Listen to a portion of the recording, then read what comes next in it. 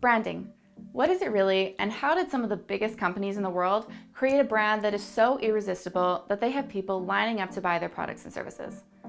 In this video, I'm going to walk you through some of my favorite examples of brands that have made a huge impact and are implementing marketing strategies that we can all copy in our own business. Before we get started, I would love to know what some of your favorite brands are, so make sure to comment below. I absolutely love dissecting brands and seeing what is working for them, especially when it comes to their brand messaging. I'm going to talk about 3 brands that display excellence in their product, branding, and marketing.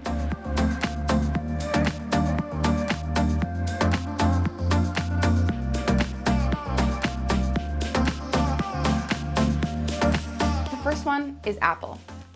So Apple is a customer focused, and I know there has been a lot of controversy over the last couple of years saying that this isn't as true as it used to be. But for this example, I'm going to focus on the beginning of Apple, how they crafted their message when they first started as a company. They make their product and messaging about you as the consumer, not about them as the company. They know the problem that their customers are facing, and they have created a product that solved that problem. The other big thing that they do is they consider all 3 elements of a perfect conflict, which are external, internal, and philosophical. So let me break that down for you guys. The conflict that their consumers were facing was feeling overwhelmed by technology. The external problem was pretty obvious. They obviously needed a computer or a phone. And then their internal problem is people didn't know their hidden genius. They didn't think that they could learn technology. And then their psychological problem was wanting to be seen and heard by the world, to express themselves. So people felt intimidated by computers and wanted a simpler interface with technology. So Apple created a campaign of a person who just wanted to express themselves in an easy way through music, video, etc. This positioned them as the company to go to if you wanted to enjoy life and express yourself. They showed empathy as a brand by expressing their understanding for people who are not techie. They alleviate the fear of purchase with their guarantees and warranties. So even today, how many of us have had a problem with the product and have been able to go into the App Store to get it fixed? They have many videos and explanations on how to use their products. They even provide free classes that people can sign up for to learn how to use their device at designated Apple stores. They shape a story for their customers that ends with success. So the customer feels that if they buy an Apple computer or a phone, they will be successful and understood. They know how to have a better and simpler way to express themselves without all the confusion of a PC. So now let's go on to the next one, Starbucks. One of my favorite brands. Not just coffee, they deliver a sense of sophistication, a place to meet where people feel like they belong. So by understanding how they want their customers to feel, they were able to charge a high amount for coffee because the customers assume greater value in each cup. They make their customers more appealing or gain their status in a public setting. That is why people are proud to walk around with a Starbucks coffee cup in their hand. They think it shows importance, status, and wealth to the general public. They also provide an exclusive membership through their app and cards. This rewards loyalty and gives people different status levels to reach, making even a deeper connection to the brand. So for example, that gold card that you get, it means that you have spent a certain amount of money at Starbucks. So let's break it down into our 3 elements of a perfect conflict. So their conflict is bad tasting coffee. The external is they want a great cup of coffee.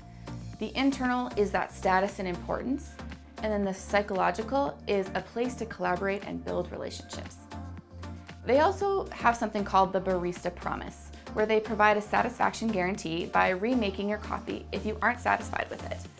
So they're all about the customer experience. Their mission statement is even to inspire and nurture the human spirit, one person, one cup, and one neighborhood at a time. So this really plays into the aspirational identity and philosophical emotions of a person. Finally, we're going to talk about Tesla. Tesla not only sells cars, but also sells technology. Its positioning statement was the only stylish car that can go from 0 to 100 in 3 seconds without a drop of oil. They know their target market so well and play into these 3 elements of conflict perfectly. So their conflict, or their villain, is gas-guzzling cars. Their external is obviously someone's need for a car. And then the internal is I want to be an early adopter of technology. And then their psychological is my choice of a car is going to save the environment. So they are so in tune with innovation that they focus primarily on that, and they don't even do much advertising on the outside. Elon Musk is their biggest form of advertising. By putting a face to that brand and constantly engaging with their audience, they create brand recognition and a community outside of just boring stats and car information.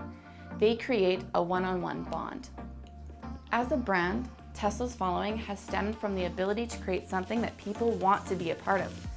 With a growing focus on the damage that we've done to the planet and the need to protect it for future generations, the pressure on individuals to address their footprints has never been greater. So, Tesla has managed to create a brand belief that matters to everyone. Their mission is not only to get the world to transition to sustainable energy, but to get us there quicker too. So now that we have audited these brands and know all the amazing things they're doing, how can we copy the tactics and strategies that they have successfully implemented? Well, here are 6 ways. The first one is we need to know who our ideal client is. Second, we need to know what their problems and conflicts are. The third is we need to know what people are offering and how it will help them solve their problem. 4 is we need to have a plan on how our customer will use our products or services. 5 is we need to alleviate any fears they may have when it comes to purchasing our product or service. And 6, we need to show them what their life will look like after they've used our products and services. So if you would like to craft your own perfect brand messaging, make sure to click the link below this video to download my messaging guide. And if you have any questions, make sure to leave them below and I would be happy to answer them.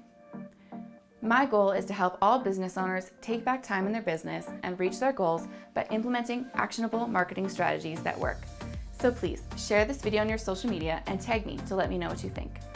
And as always, if you like this video, please like, comment, and subscribe for more weekly videos.